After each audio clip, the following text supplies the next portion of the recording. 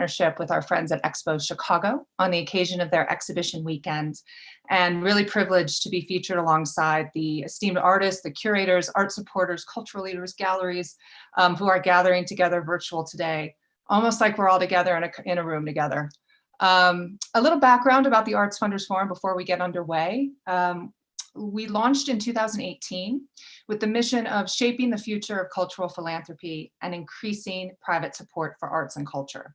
We are an advocacy, media, research, and convening platform for philanthropists, artists, funders, and cultural influencers to collectively develop new models of high-impact investments in the cultural sector.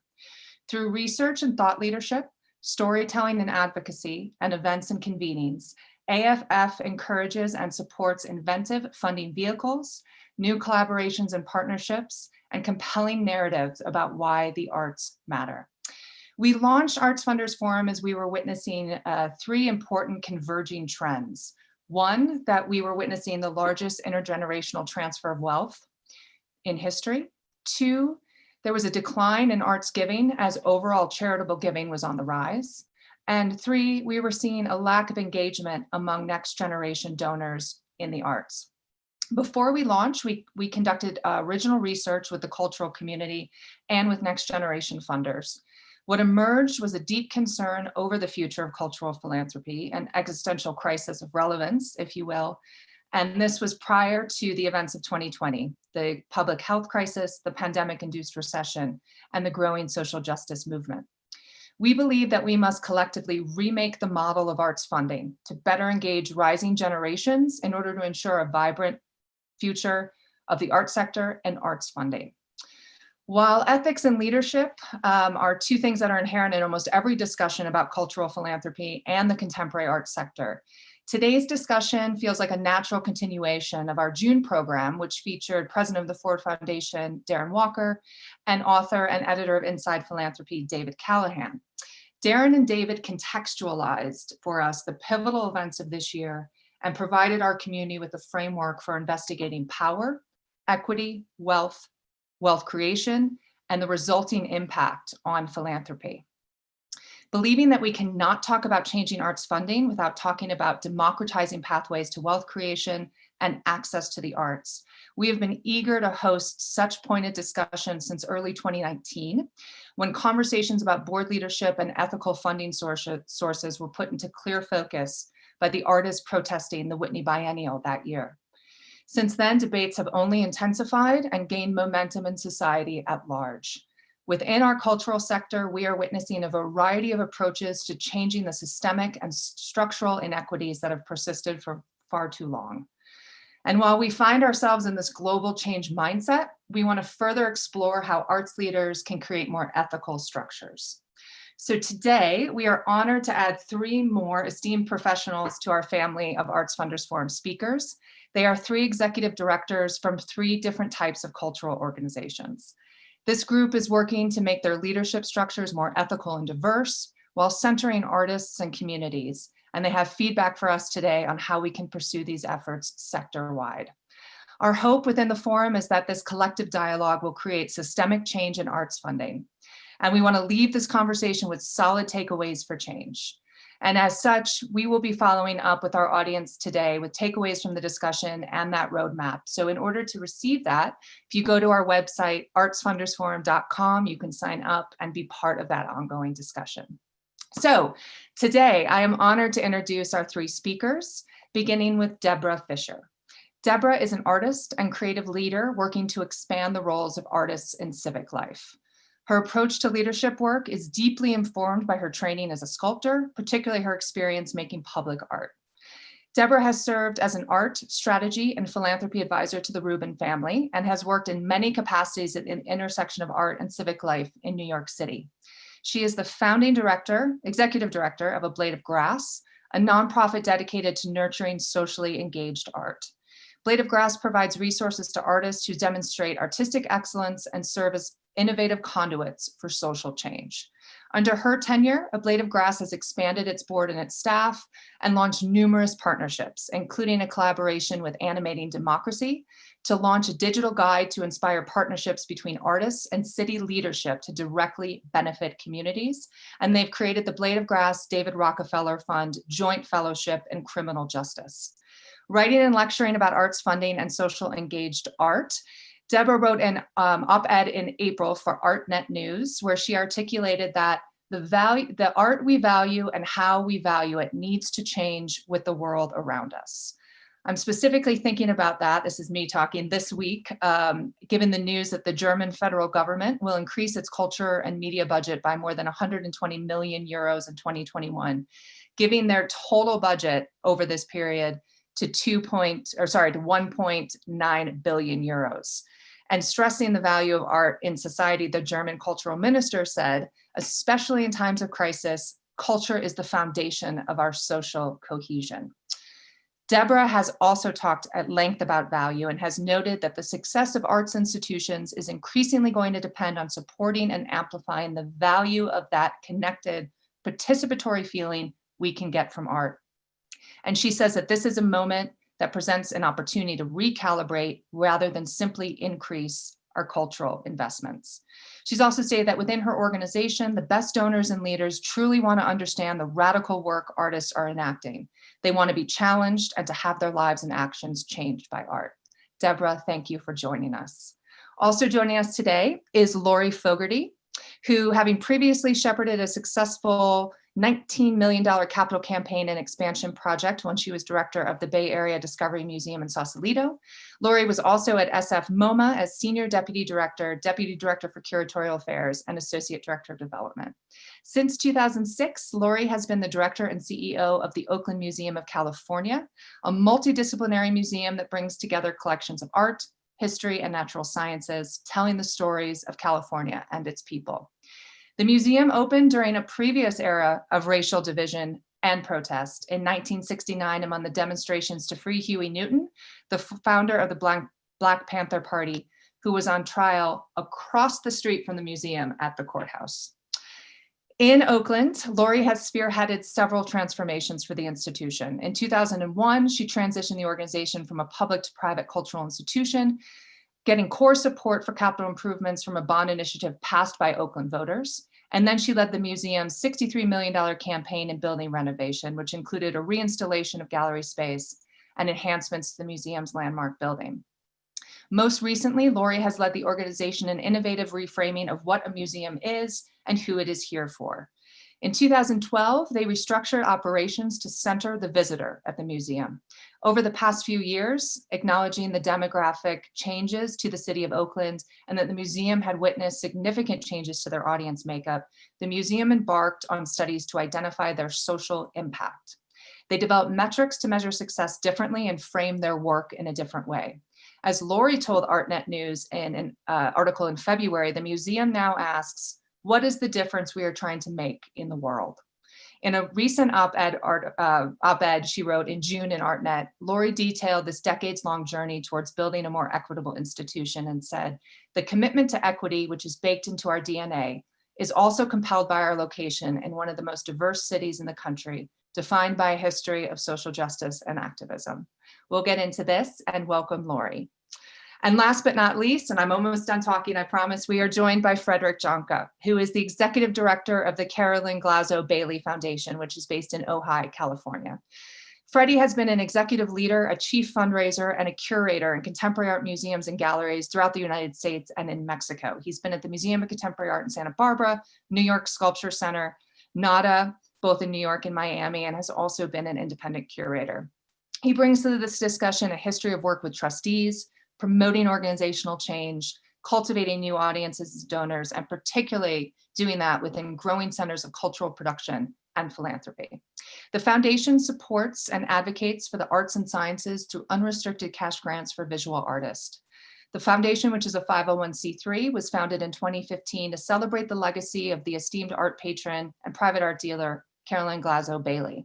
Bailey was recognized for her fierce commitment to launching the careers of emerging artists, and Freddie shares this ethos by advocating for and championing under-recognized artists. During his tenure, Freddie has extended the dialogue between artists and the public through exhibitions and programs, and has built bridges within the community to create a culture of giving. Last summer, under Freddie's leadership, the foundation launched an artist in residency program called the Ojai Institute, which is a new platform for engagement and learning that celebrates the unique vision of artists and is committed to free thought and dialogue. They also host a student artist mentorship program, an artists and ideas festival, an exhibition program, and a podcast. Welcome, Freddie. Before we start with our interviews, just some program notes. I will be speaking with each of our 3 guests with short one-on-one interview, and then we will all come together for a group discussion, which will also include audience questions. So please submit your questions in the Q&A chat box for that part of the talk, and we'll get to as many as possible. So now I would like to welcome our first guest, Debra Fisher, to join me. See if we're both on screen. There we go. Hello, Deborah. How are you today? Great. How are you doing, Melissa? Fine. Thank you. Thank you for being here with us. Happy to be. Great. So we'll jump right in here, acknowledging that this is a moment that is going to lead to extraordinary change. We have this opportunity to remake our cultural sector to be stronger, more equitable, and more inclusive. Right. So I want to get a sense from the 3 of you today. How are you interpreting the changes that have occurred this year and what we've been leading up to, culminating in this year? And also, how are you guiding your institution in response to all of this? So just a small question. How are we responding to the apocalypse? Yeah. I mean, to be perfectly honest, I mean, it's, this time is not like any other time that is, I mean, it's completely unprecedented. Whole sectors of art that we support.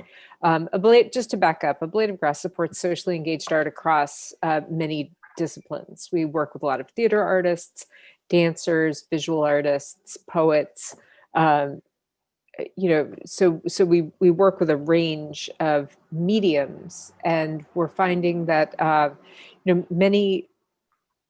so much is going to change about how we see art and how it shows up in the economies that support it, that I don't even know how to begin to answer your question yet, right? Like, we haven't begun to see what's going to happen, right? Right now, we are pivoting from a very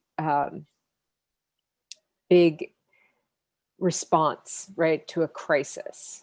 And now we're finding that it's still unfolding, and we're still here on Zoom, and we're still in our living rooms, and dance is not going to come back, anytime soon, right? Like, and so as we're transitioning right now from a crisis to a new normal, right? I actually am finding that we have to, my organization is having to do things like cut its budget quite a bit, right? And not only that, but also really rethink we're starting to have to rethink our operating model, right? Because we're having to deal with a lot more uncertainty in funding. A lot of the fundraising that we've always been doing has been very much about getting people together in community with the artists to experience the work. And, so we're thinking through how we're going to do that without, how we're going to do that when we can't get together, right? So, yeah, does that answer your question? It does. Yeah. I'm wondering too, and I like what you touch upon, and that you talk about that you do support artists who work in all mediums, and you mentioned dance in particular. What are you seeing across these different medium, and knowing that we're in a program right now that addresses the visual arts, if you can speak a little bit more about how you're seeing visual artists and how you're thinking about recontextualizing visual art within this moment.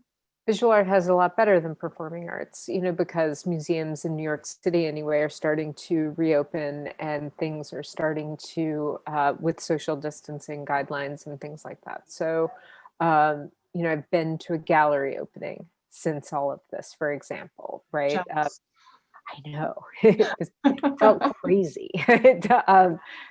I put on clothes, it was amazing. But no, but seriously, I mean, but even still, here we are at Expo Chicago online, right? It's not,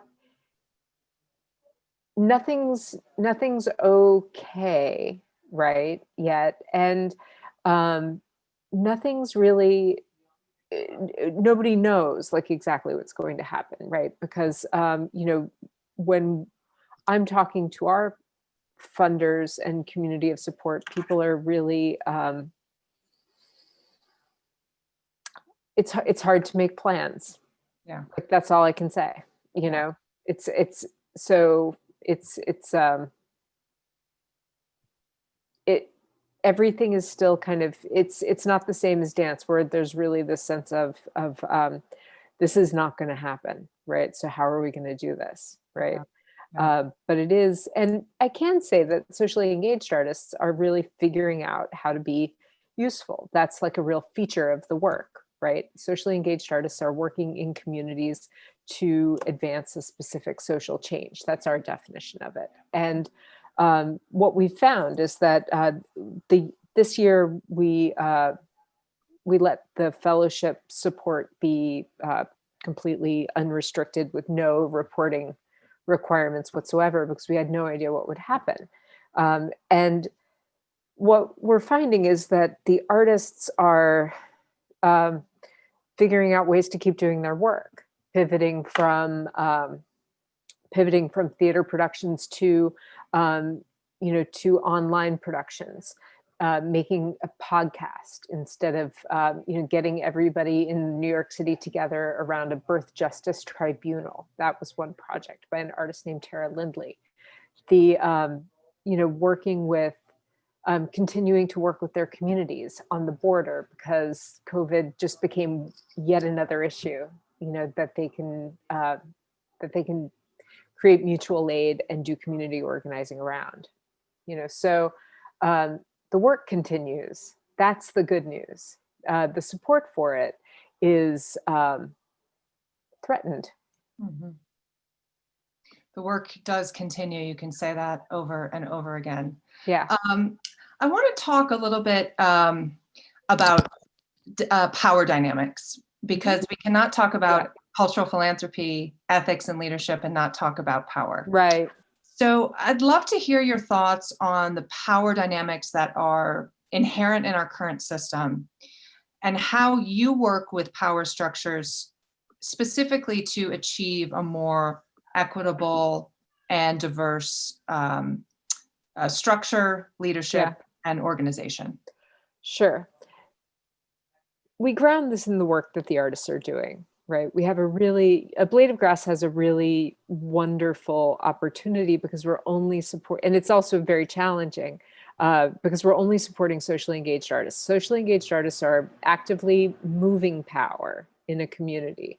They're wielding it. They're shifting power dynamics. They're moving power, and that means that we as an institution have a unique responsibility to see and recognize and creatively address our own power, right? Mm-hmm. They're not engaging in institutional critique. They're just like, say, Kara Walker, right? Like, they're not coming into an arts institution and then critiquing the power of the institution. They're out in the world using power to social effect, right? That's a really important difference or evolution, right, in the contemporary art discourse. And so we have a really unique responsibility as an institution that's only supporting artists who are moving power, to always look to our own power, do our own institutional critique. So we have a document that we use at the board level, and it shapes all board discussions. It's a vision document, and it's great. It's a little one-page document that lays out our values and what our goal is, right? Our vision, and also how we work, right? And it says that we work, that in our own work as a board and as an institution, we take inspiration from the artists that we support, right? We endeavor to work like them. So that holds us to a different ethical standard. And it also gives us a lot of inspiration and modeling, because that's something that art can do. Art gives us, art can tell new stories or model new ways that you want to live, right? It can give you the power to change or consider yourself, right? And so we use the art in that way. We look to the art and we say, oh, well, if we're going to, so if we're going to be, just to be very concrete and give you an example, if we're going to be doing a project that's on Indigenous land, right, in the Four Corners region, and the project is supposed to be about decolonizing, you know, the reservation land, right? Then we have to act in a way that is decolonized ourselves, right? So we have to work with our film crew very differently, right? Because we make films, and so we have to go like, well, we have to hire a film crew that's inside of this space and empower people instead of walking in with a camera from the outside, for example, right?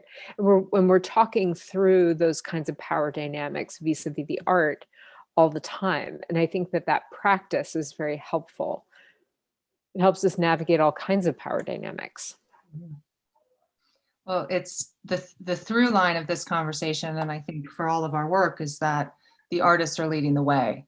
And one of the reasons I mentioned the Whitney Biennial at the beginning was to lay that out. And I think we're continuing to see that. And it sounds like your organization is at the forefront of taking that art and really using that art to inform the internal community in addition to the external community.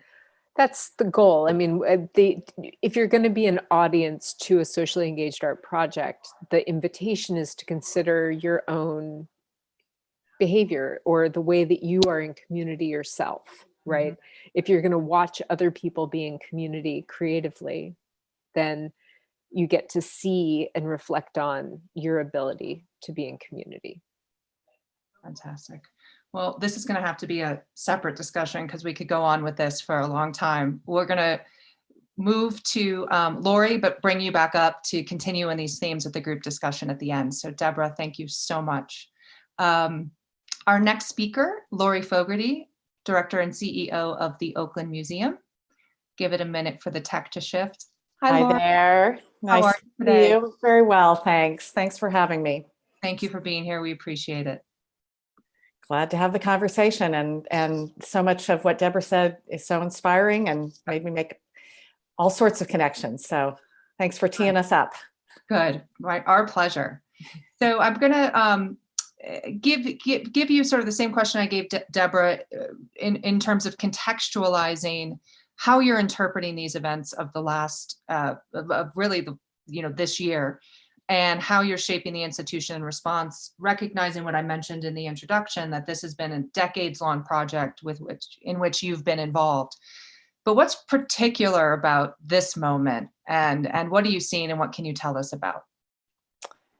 Yeah, so much of what Deborah said resonated, and particularly what you all were just discussing there about kind of inside out and outside in work. And it's been 6 months of sort of, Deborah called it the apocalypse, the reckoning upon reckoning upon reckoning. And, I think when we first closed our doors on March 12th, we thought, this will be a few weeks. And we were trying to be nimble and responsive, but thinking about, okay, how soon are we going to be able to open our doors again? And just at the point, I think we were realizing that this could be a longer term consequence, and understanding that we would actually have to reimagine the museum in every way, and that we are in a moment where this is not about just sort of getting back to normal and how do we do the same things we did before, and how quickly can we get back to that. It's been a moment to say, wow, this is a really different time, and we have to think about what it means to be in service to our community in a different way. And I think we were just coming to terms with that when there was the moment of the George Floyd murder, and the protests began. And certainly in a place like Oakland, the protests were very active, are very active, and many of our staff deeply impacted by the events and active in the movement. And, I think it then turned yet again to an internal reckoning. And what I think I've had to grapple with and really understand is that although this has been a decades-long journey around equity and engagement with our community for the Oakland Museum, that this moment took on an exponentially more, a greater sense of urgency, commitment, and required that we do much deeper work, even though I had felt, and our board had felt, and our leadership had felt that we had been hard at work around equity and inclusion, that it just took on a whole different level of meaning right now. So what it has meant for us is both deep work internally with the staff and the board around what does it truly look like to be an anti-racist institution, and some real individual soul searching as well as institutional examination. And at the same time, you mentioned the work that we have done around articulating and measuring our social impact. And our frameworks for social impact is around social cohesion. And what does it mean to create social cohesion at a time when we're all socially distanced? So it has also called upon us to think about it in new ways. What does it truly mean to be in service to our community? And what does making a difference in the world now look like compared to what it looked like, 6 months ago? So that's where we are in that exploration, I think. Thank you for that overview. It brings up so many different topics. I'm going to want to quickly touch on a few. One, I want to talk more and drill a little bit deeper into that social impact study. I read a piece again in ArtNet. I hope ArtNet's listening because they're getting a lot of props today. The article that came out in February that really articulated that social impact study you were doing just struck me as such a model of leadership and so fascinating, and a culmination of the work that you've done. What I love about it and what I'd like to talk about more is how you have centered social impact over the typical qualifiers for success. And as you said, not only do we need to do that in terms of the new virtual reality, but we need to do that in terms of democratizing our systems and creating more equitable systems. So instead of measuring our success on attendance and earned revenue, you're reorienting your programming to become more of the community and then measuring these new programs and this new work that you're doing. Mm-hmm. And you're doing all of this to have a seemingly holistic understanding of what is diversity and equity. And you've been quoted saying in that article, what is the difference we're trying to make in the world? Which it has struck so many in our field as just, opening up so many avenues for our work that haven't been done before, and how we need to position the arts now in terms of the stories that we're telling and the work that we're doing and who we're reaching out to. That's right. So I'm wondering if you can talk a little bit more for our audience about the specifics and the technicalities of that study, what led you to that, what you gleaned from that, and specifically as it relates to your community of Oakland, which, as we've both said, is a very, very unique, diverse, incredible urban fabric. Sure. So this has been a journey as well. Several years ago, as you mentioned, the reinstallation of our collections back in 2010, and then work over the last several years has been very much focused on bringing community into the core of our institution. And I will say, as part of this whole journey, we invited Deborah out to speak to the work that her organization has done as a real model for us. And as we moved through this journey, we were looking at what are the metrics and how do we measure the impact we're having. And we were, you use some of the traditional metrics of attendance and earned revenue. And where we were also making a real investment was around evaluation and looking very specifically at who our audience is. And we had seen through the kind of programming that we had done and changes in the way we were working and new ways of partnering with our community, a real shift in our audience demographics. In the last full fiscal year that we could actually do on-site evaluation. 56% of our audience were people of color, which for a museum that's not an ethnically or culturally specific museum is very, a big shift. And then as we would talk about this, we would say, well, what does that all add up to? So what is the difference that we're really making, and how do we describe that? And in my experience, museums are not very well equipped to actually define their social impact or articulate it or measure it for sure. And it took us about 2 years. I mean, we looked at the social service field, we looked at, models in a cultural field in other countries. And finally, after a lot of, to and fro, came up with the framework around social cohesion. What are we uniquely poised in a city like Oakland with its challenges as an institution like ours? What can we actually do to make a difference? And the idea of social cohesion is that we can create connection, trust, and understanding, or foster that between people and between communities in a city, as many cities are, most cities are, defined in many ways by social fragmentation. So we began to measure that. We do it, it's an ongoing evaluation, or it will be again when we can get back on site and engage with people.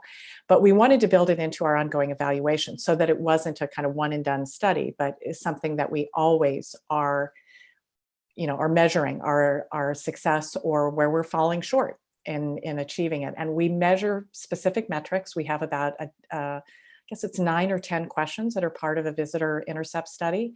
And they get to the heart, the core questions are, do our visitors feel a sense of welcome and belonging? Do they see themselves and their stories reflected? Do they see other people's stories and have a new sense of understanding and empathy? And do they connect with other people, both people like them, but most importantly, people not like them? So that's what we've been measuring. And I think interestingly, where we are now is we need to make sure that those same criteria are in place for our internal community as they are for our visitors. Thank you for outlining that in detail. And as I'm listening to you talk, we know from qualitative and quantitative research that this is exactly what next generation audiences and funders want to see museums and the cultural sector do. So thank you for sharing that with us. Yeah, I will just say it's really, really changed the way we talk about our work with our funders and with our supporters and with our elected officials in terms of our advocacy efforts. So it's been transformative in that way, in many ways. Thank you, Lori. We'll see you in a minute. Okay. Next, we're going to bring up Frederick Jonker. See when we have him on screen.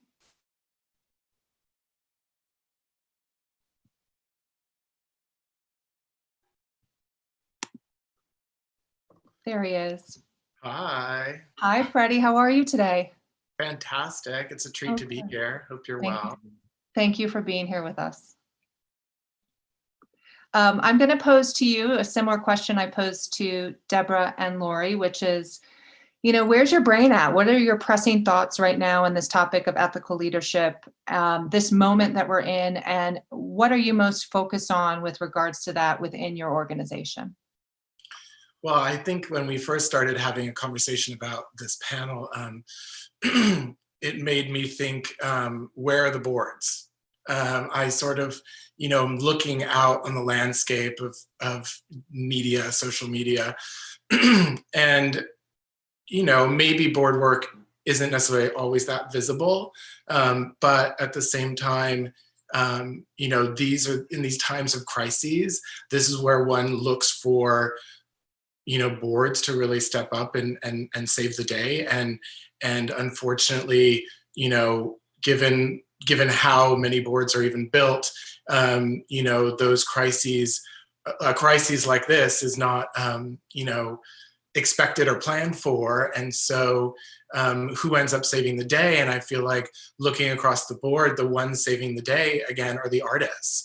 Artists are stepping up, and there's a new level of agency that I can see with artists that is so inspiring, and they're really tearing apart the system, this system that even I will admit have been complacent with in terms of how museums work, how galleries work, how nonprofits work, and really turning it all upside down. And I think, you know, that perhaps has been one of the most generative, you know, things that I've noticed since this time of COVID and quarantine, is how, you know, how these things these foundations we've relied upon as systems and security are completely really shallow and don't have what it needs, what we need as a culture, as a community to survive this and to move forward. And I think to the second part, you know, we've had to pivot and pivot and pivot. And yet, where are we going and who are we looking at? I have to say we're looking at artists and following artists and talking to artists. And, you know, so much of our premise is about inviting artists to be catalysts for change and learning. And, you know, I think we're following that lead. And it's, I mean, in a way, it's so, the burden was placed on the artist at the beginning. You remember, like, content, every institution, content, we need artists, but no one talked about whether those artists were getting paid. You know, I know one museum that was giving an artist $100 to do a social media post. And, you know, that's troubling, right? When the burden is placed again on the artist and yet they're not being compensated appropriately. So I think, you know, we've looked at how we compensate artists and what we're asking, and how, you know, when we're inviting an artist to be a catalyst for change and visioning that, we're making sure that they're compensated for that time, and that time is valuable, and that we also need to give everyone some space to be and to, you know, respond. And, you know, I think that's probably one of the best things to come out of all this too, is, you know, the quick email response, the like instant text message, you know, everyone just chill out, take some time to think about how you're going to respond, and then respond. I think we can all learn from that valuable lesson. Amen. Amen. I want to pick up on that because you, as I mentioned, are a champion of under-recognized artists, and you're consistently visiting artist studios and researching practices. And as you've just outlined, and Deborah did as well, you know, it's the artists right now who've been guided, who throughout history guided us forward, but looking at this particular moment, who are the ones on the forefront. So we're hearing, this is a question I had for you, and we're also hearing a lot from the audience through the questions, is, can you identify, you know, some specific artists who are leading this charge, who are calling out these inequities, and who are specifically offering solutions? What artists are you looking at as that example right now? Well, someone I've always looked to, I mean, I feel like I've known her for, I mean, God, over a decade, if definitely longer, but Xaviera Simmons. You know, I was on a talk that she did at Socrates. She's got some fantastic sculptures up at Socrates right now in Long Island City, Socrates Sculpture Park. And I have to say, you know, in the early days of, you know, post George Floyd, you know, who she had a great voice to call out institutions, and she was using it. And again, this conversation, especially about, you know, racial equity, you know, the burden is consistently falling on the people of color to do the work. And yet, I love how she flips that around and is like, white people, you need to figure your shit out. And so her work just inspires me. And, you know, one thing she said on the talk, which I just, you know, got fired up about, is she's like, you know, how are you going to feel when reparations happen? It's not that reparations may or may not happen. Reparations for the descendants of enslaved Black Americans will happen. How are you going to feel? And I'm just like, dang, yes, this is not a question. It will happen. So she's an inspiring artist, and I, you know, follow her. She's got a great, you know, savvy with calling out, and I have to say, I made a list, and Hank Willis Thomas, his the Wide Awakes campaign that's just launched. If you're not following that, you should. He obviously has a fantastic network of collaborators. I have to say, Pictures for Elmhurst, like one of the first fundraisers, like artists, hello, they raised $1.2 million. Like, I don't see, I have a hard time seeing other non-artist people making the effort to do that level of fundraising based on a foundation of generosity. And I think that was incredibly inspirational. Artists for Democracy in Los Angeles, a great collective of artists. Again, all of these are like Instagram, follow them. Great panel discussion with artists. They've got this whole month. They've got, like, I'm looking forward to Candace Williams on the 29th. I think, I feel like I wrote one other. I mean, I'm just, continue to be, impressed with who is, I see they want some names in the chat. Okay, well, I'll get on that. And we can also share them in our follow-up takeaways, our emails. So for the audience who's not on our list, go to our website and get on our list, and I'll give Freddie some time to maybe add or think through it as well. So we'll definitely get that out to our group. Yeah, and I'll just throw out 2 more artists because they were our art prizes this year. Tanya Agriniga, who, grew up on the Mexico-American border. And, she has been doing critical life-saving work on the other side of the border with various at-risk migrant groups. And all that work is on hold now because it now takes 11 hours to cross the border at San Ysidro. There's also Diani Whitehawk, who's based in Minnesota. Lakota, amazing perspective and champion for women's rights and Indigenous women's rights and safety. So more people check out. Thank you for that. You are one of the first people I go to whenever I need new artists to check out and get to know. And thank you for this today, Freddie. We appreciate it. We're going to bring up all of our panelists now for a short group discussion. Could talk to all of them for an hour. A group discussion, and I want to make sure we address some of the questions that have come in from our audience as well. Hello, Deborah and Lori again. Hello. There's two, in our conversations, there were 2 themes that came up that could each be their own discussion, but I want to touch upon them a little bit today. And one is, within this moment that we're in, the idea of fear and fearlessness as it relates to the work and the challenges that we have in front of us. And to do this work and create a more ethical structure, it invokes fear and it takes a fearless attitude. And so, you all outlined what you're doing and gave examples of either work that you've done or that artists are doing who are the most fearless. And I'm wondering that, what does it look like to really be unencumbered and fearless in this moment? And if you and your leadership were sort of unbound, what would your vision be for implementing change, and how would it work in terms of timing as well? So I know that's a big, broad question, but let's start with Deborah. We'll go back in alpha order. Well, I mean, kind of picking back up on this question of like, where are the boards, right? Like, one of the things that we're really consistently interested in, and I want to kind of focus on in this conversation is, making sure that the board is vulnerable to the work, right?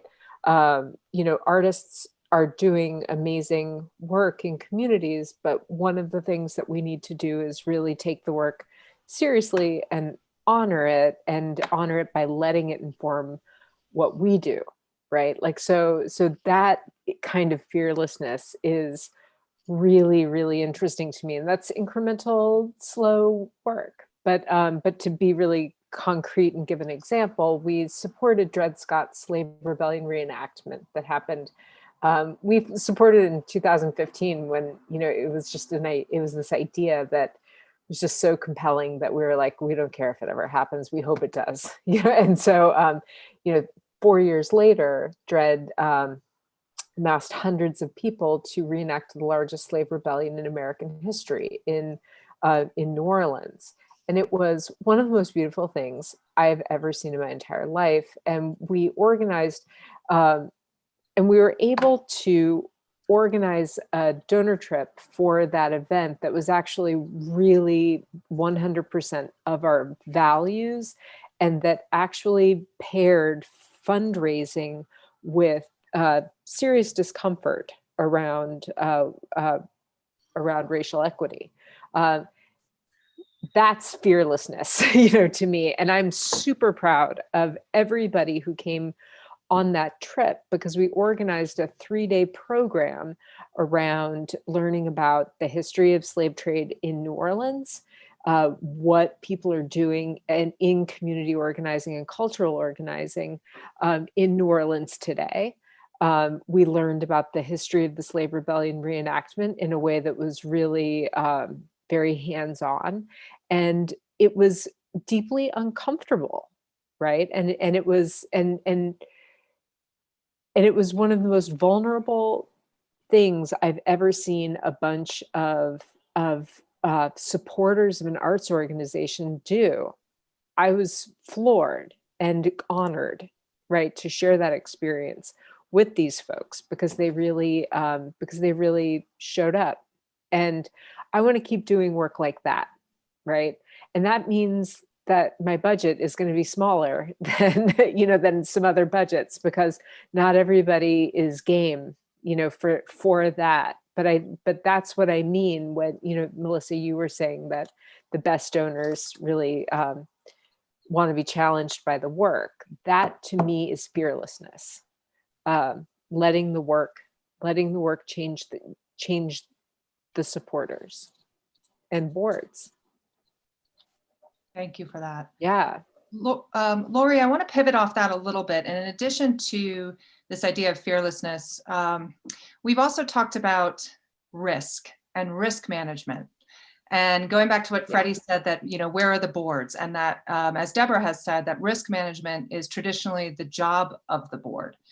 But as EDs, you are all tasked with how to consider and reconsider risk, holistically. And this is one of the most challenging jobs of the executive directors. So I'm wondering, given this incredible forward-thinking vision that you have and you've talked about, how do you mitigate risk within this vision, and how do you best navigate that risk process as you try to push forward a more ethical structure? Yeah, that's a great question. Because I think, when I began this, this moment of the pandemic and the economic crisis, some of your first instincts as a leader and as a board are, mitigate risk and, batten down the hatches and take the kind of command and control sort of stance of, we're going to make decisions and we're going to have an action plan. And what I then began to realize is the biggest risk is that we actually let go of our values in this moment, and that we start to shift to say, well, we can't think about equity right now because we've got to reduce our budget, So what I've recognized is the risk is actually doing things the same way right now. That's the real risk, is if we don't actually grab this moment to say, some of the structures and ways of working have not worked for us, and we need to change them now. And so what I guess I would say in trying to be fearless, at this moment, it means incredible vulnerability. You just said that, Deborah. It means a real transparency. And it means, for me and my relationship with our board is actually taking that risk with the board too. I've been a director for a long time, and my usual way of working with the board is present everything as, we're all set, we're all good, we've got a plan, and we've got a nice, budget tied up and with a bow. And, we're 3 months into the fiscal year and we haven't passed a budget, because I've said to our board, until we really engage our staff in this moment around what our future is and and where we're going, that is not practicing equity. So in some ways, I feel that this moment is actually calling us to kind of unravel, what do we mean by risk-taking? What do we mean by courage? What do we mean by fearlessness? And realize that traditional leadership and traditional power structures are maintaining those in this moment is probably the riskiest thing we could do. Well said. I know, I couldn't agree more. I think we have time for 2 more questions. I want to get back to what Lori just said, but first I want to pose a question to Freddie that came in from the audience. That's, what particular things can institutions do specifically right now to attract those next generation donors and younger donors who are more focused on social justice issues than traditional philanthropists or older generations who are of this moment? I think something that this time has really given me, pause to reflect and think about is it's really important to make things visible. I feel like a lot of times we can talk about things, and yet you have to point them out to people. And it's something I feel like I've only just learned. It's like you can talk about the work you do and the work we should be doing and things like that. But if you're not making things visible, then it's still falling flat and change doesn't happen. And I think, what's been wild is I feel like this has actually been really generative for us in terms of prospecting.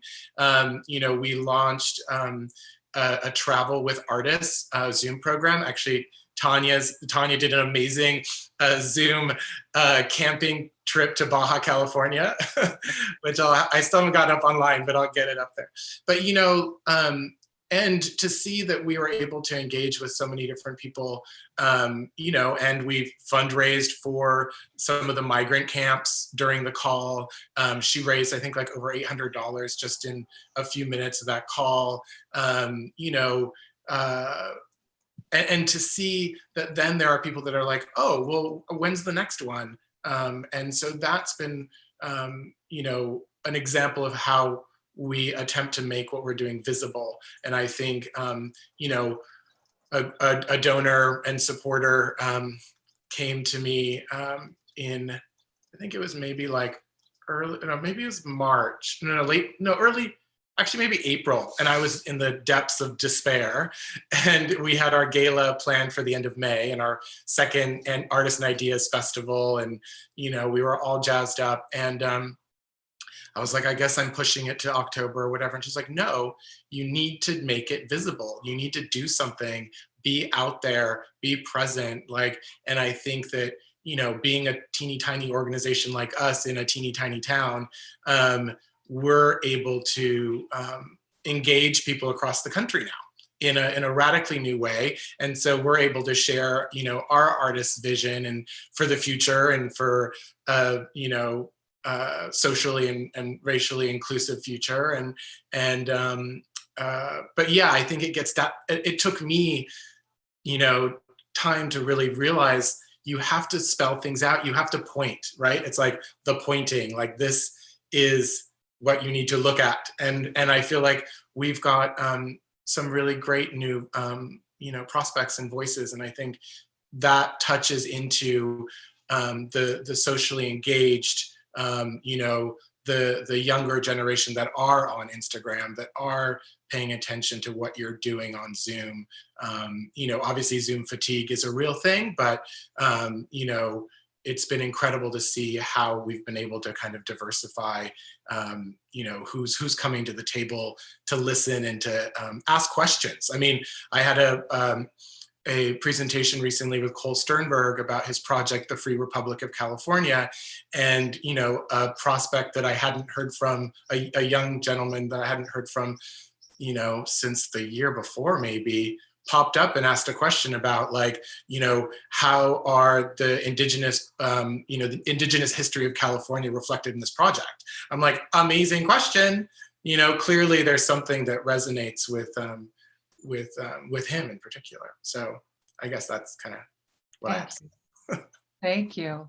We have, gosh, I want to keep talking to you all afternoon. I want to kind of couple the last audience question we'll have time for, with the opportunity for all of you and to ask you to make some closing thoughts and closing statements. So we'll go around and to both, any last thoughts you have about today, and also a tactical question coming in from one of the participants in Los Angeles, asking if, and we have 3 executive directors here, if you have any advice for arts workers in institutions where the leadership and the board do not share the same desire for urgent sweeping change and the adoption of anti-racist policy. How can we, as the arts workers, do successful activism within our own institutions without risking our jobs? So I will put that out to the EDs, and I will also ask for some closing thoughts for today. So I'll just jump in since I'm not on mute. Sorry. But, I think that's really hard. I mean, I think as a person who has come up through, the ranks in arts institutions across the country, it's very scary. I have felt very intimidated by what my director thought. And I think, some of the inspiration that I've seen recently are, another 2 great Instagram accounts to follow, but change the museums and cancel the galleries. And I think that those are 2, new ways of keeping us accountable. And so I think, I guess maybe a first thing was like, look to that.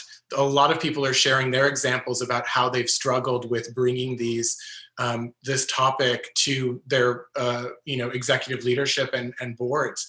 And I don't think there is an answer right now. I think everyone's figuring it out. And I think what I want to do here is acknowledge the fear and the systems of power and fear that exist in our art world that we don't acknowledge, but they're very present and very active. And, to actually just take and hold the space and to, hold the space for them as well, to acknowledge what they're going through. A lot of, front of house staff in arts institutions across the country are the first to be cut. Any sort of junior, curatorial or administrative or fundraising person is cut. Obviously we're trying to balance budgets, but it's impossible to plan. So, I feel like it really puts the, the young, passionate individuals that we want to, cultivate for future leaders, right? Like, where's the pipeline? So many, especially for people of color, like, where is the pipeline? There are very few people in this country doing the work. And so, and you have such genuine desire and enthusiasm and passion and outside the box thinking in institutions at the front desk. Most of the time they're artists. If you look at Marciano, when they fired all their front of house people because they wanted to unionize, most of them were artists, I think. Like, who are the people that are bearing the burden again? It's the artists. So, to this question, I feel you. I hold I bear witness to your struggle right now, and I hope you'll look at some, and connect with. I think it's about building your network and looking at other colleagues at other institutions and cold calling people and figuring out, there may be a way to share resources and again, in the sense of collective bargaining, but, perhaps without the formal union structure. Please. Yeah. Thank you, Freddie. That was a great answer. And I mean, I'm going to take a different tack that's more about, kind of articulating the role and the responsibility of the executive director, right? Because I mean, I think that that's actually a very contested space. Many of my colleagues are kind of feel like they're a firewall of sorts between staff and a board, right? Like, and I think that needs to change, right? Like, what's the other way to do that, right? How do you actually create connectivity between and teach the board what's going on in your organization, with the artist projects, how exactly power is being moved in them, you know, what's happening, right? The answer to that is education, education, education, right? Like the amount of time that we spend on board education. Sorry about, sorry, I'm at home. You know, the amount of time that we spend on board education and the incredible responsibility that EDs have to actually make that connection and to make sure that the board understands exactly what the work of the organization is incredible. Executive directors should never ever say the word should. Like, and I think that that's really, like, it comes down to that. If an executive director is saying that the board should do X, that person hasn't done their work, because the board needs to be led to that by somebody, and that person is the executive director. Thank you, Deborah. Lori, bring us home. I'll try to do that and connect these. First of all, I very much appreciate the question. And as Freddie said, it is really hard in institutions that are not receptive to this. And I think if we have ever seen a moment where institutional leaders are having to listen to staff and to hear the pleas for change, this is the moment. And I'm on a lot of calls with art museum directors and other museum directors, and sometimes kicking and screaming, but they are being dragged into an understanding that this is a moment of change.